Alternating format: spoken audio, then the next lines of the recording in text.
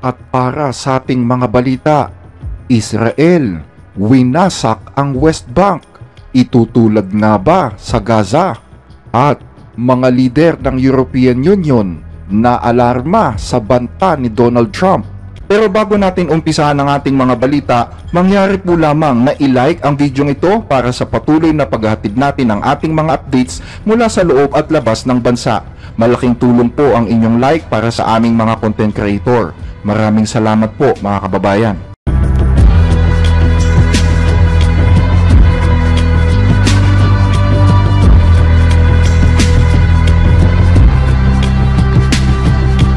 Habang nasa kalagitnaan ng kritikal na ceasefire sa Gaza at palitan ng mga bihag, nasa mainit na sitwasyon naman ngayon ang teritoryo ng West Bank.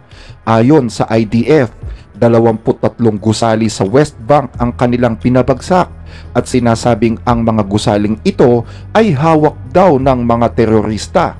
Isang footage ang inilabas na nagpapakita ng serye ng sunod-sunod na pambobomba ng Israel sa isang mataong lugar sa West Bank.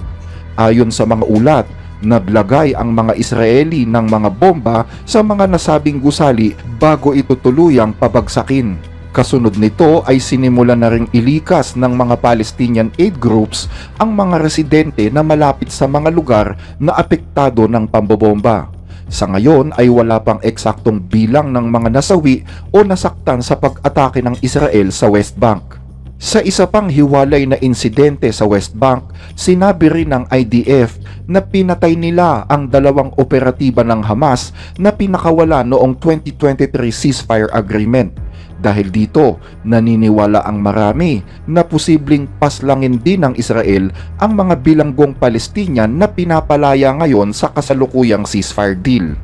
2 araw matapos umpisahan ng Israel at Hamas ang ceasefire deal sa Gaza, sinasabing naging major target na ng Israel ang West Bank. Ang nasabing operasyon ng Israel sa West Bank ay tinawag na Operation Iron Wall na ang layunin ay targetin umano ang mga pinaghihinalaang terorista sa Jenin area sa West Bank. Nakasaad sa nasabing operasyon na inuutusan ang mga sundalong Israeli na pasabugin ang lahat ng mga gusaling mapaghihinalaang konektado sa mga terorista. Naniniwala ngayon ang mga eksperto na ganito din ang ginawa noon sa Gaza sa pagsisimula ng gera, kung saan inakusahan din ng Israel sa pagsasagawa ng carpet bombing sa mga matataong lugar habang pinapaslang umano ang ilang mga pinaghihinalaang terorista doon. Sinabi pa ng IDF kahapon na nakapatay sila ng 50 terorista at nasa 100 ang dinala sa kulungan mula nang umpisahan ang operasyon sa West Bank noong January 21.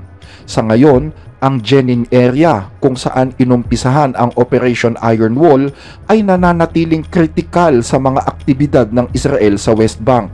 Matatandaan na ang Jenin area ay lugar ng mga refugee camps para sa mga lahing Palestino na pinalaya sa kanilang mga tahanan nang maganap ang gera noong 1948 para itayo ang bansang Israel. Ang lugar na ito ay mainit na lugar ngayon ng militarisasyon at sentro ng mga pag-aalsa laban sa Israel. Itinuturing din ng Israel ang Jenin area bilang tahanan ng mga dating bomber sa panahon ng Second Intifada noong mga unang taon ng 2000. Kamakailan ay inakusahan ang bansang Iran na nagsusupply ng mga armas sa mga militanteng nandito. Sinasabi ding nagre-recruit ng mga bagong miyembro ang Hamas at Islamic Jihad mula sa Jenin area.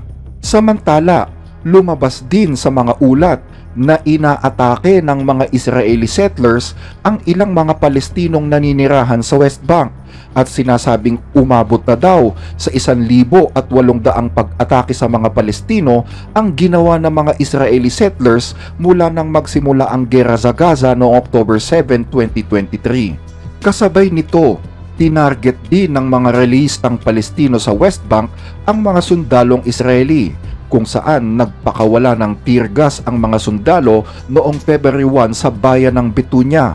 Yan ay matapos mapaulat na pagbabatuhin sila ng mga Palestino. Sa kabila nito ay nagdiriwang naman ang mga Palestino dahil sa pagpapakawala ng mga bilanggo mula sa bilangguan ng Ramallah bilang bahagi yan ng Gaza ceasefire deal. Pero sinasabing nagiging mas lalong kritikal ngayon ang mga kaganapan sa West Bank habang patuloy na isinasapinal ang ikalawang yugto ng kasunduan sa Gaza. Inaasahan na ang mga development ng ceasefire sa Gaza ay nangangahulugan naman ng lalo pang pagpapaigting ng Operation Iron Wall sa West Bank. Sa ibang balita, mga leader ng European Union na alarma sa banta ni Donald Trump. Nagaganap ngayon ang isang pag-uusap ng mga leader ng European Union kaugnay sa banta ni Donald Trump na tataasan ang taripang binabayaran ng mga produktong nanggagaling sa Europa. Ang pagpupulong ng mga nasabing leader para depensahan ang kanilang panig ay ginaganap sa Brussels.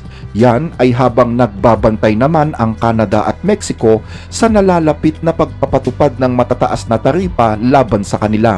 Ang EU ay naghahanda na rin para sa mga katulad na taripa na maaaring ipataw ng US, lalo ngayon na tinawag ni Trump ang EU na atrocity. It will definitely happen with the European Union, I can tell you that, because they've really taken advantage of us. And you know, we have over a $300 billion deficit. They don't take our cars, they don't take our farm products, they take almost nothing. And we take everything from them.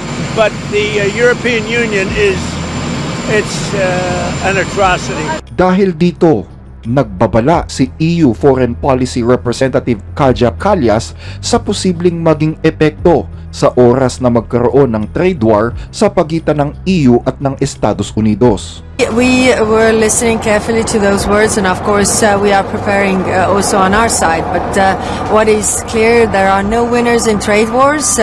If United States and the US start the trade war, then the one laughing on the side is China. We are very interlinked. We need America, and America needs us as well. The tariffs increase costs. They are not good for the jobs, not good for the customers either. Naniniwala ang mga leader ng EU na masamang banta ang sinasabi ni Trump.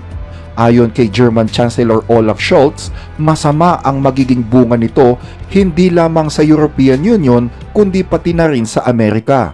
Pero naniniwala ang EU na pantay lamang ang lakas nila kumpara sa Estados Unidos. Handa sila at matatag umano ang kanilang panig sa hamon ni Donald Trump. Ang EU at ang Estados Unidos ang pinakamalaking magkasosyo pagdating sa pandaigdigang kalakalan at sa investment, kaya't handa umano silang makipagtulungan sa Amerika. Pero inamin ng EU na handa silang gumanti kung kinakailangan.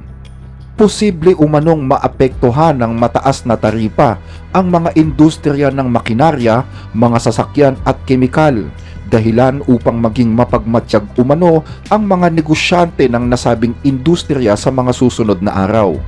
Pero ayon sa mga eksperto, may paraan naman para mapigilan si Trump na ipatupad ang kanyang banta. Yan ay kung itutulak ng EU ang isang deal para bumili ng mas marami pang liquefied natural gas mula sa US. Maaari din silang bumili ng mga armas militar mula sa Amerika habang pinapalakas ang puwersa sa Europa. Sa kasalukuyan ay nasa 2% ng GDP ng US ang kita sa EU. Kung dadagdagan nila ito hanggang sa 5%, posibleng matuwa si Donald Trump. Pero kung isagawa ito ng EU at hindi pa rin bawiin ni Trump ang kanyang banta, dito na umano papasok ang paghihiganti ng Europa sa Estados Unidos. Matatandaan na minsan nang nag-retaliate ang EU sa Estados Unidos noong unang termino ni Donald Trump.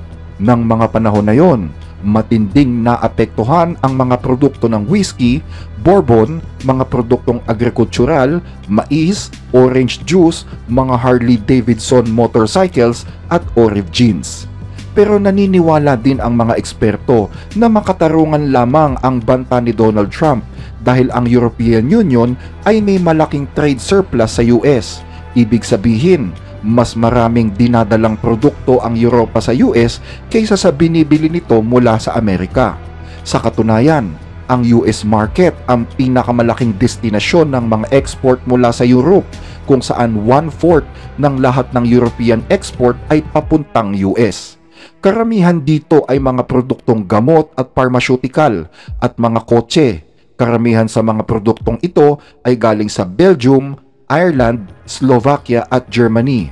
Kaya posibleng ito rin ang mga bansa na maging target ni Trump sa kanyang mga taripa. Babala pa ng mga eksperto, kung mag-e-escalate ang trade war, tiyak na magiging masama ang epekto nito sa mundo. Hindi lamang sa EU at sa US ang magiging apektado, kundi pati na rin ang mga pinakamalalapit na kaalyado ng US, gaya ng Canada at Mexico. Pati na rin ang mga bansa sa BRICS gaya ng China at Russia at iba pang mga bansa. Kung mangyari ang ganitong kalaking trade war sa buong mundo, magkakaroon ito ng mapaminsalang epekto sa GDP at posibleng magdulot ng resesyon sa maraming bansa sa mundo. Hanggang dito ang ating mga balita. Muli ay maraming salamat po sa inyong panonood.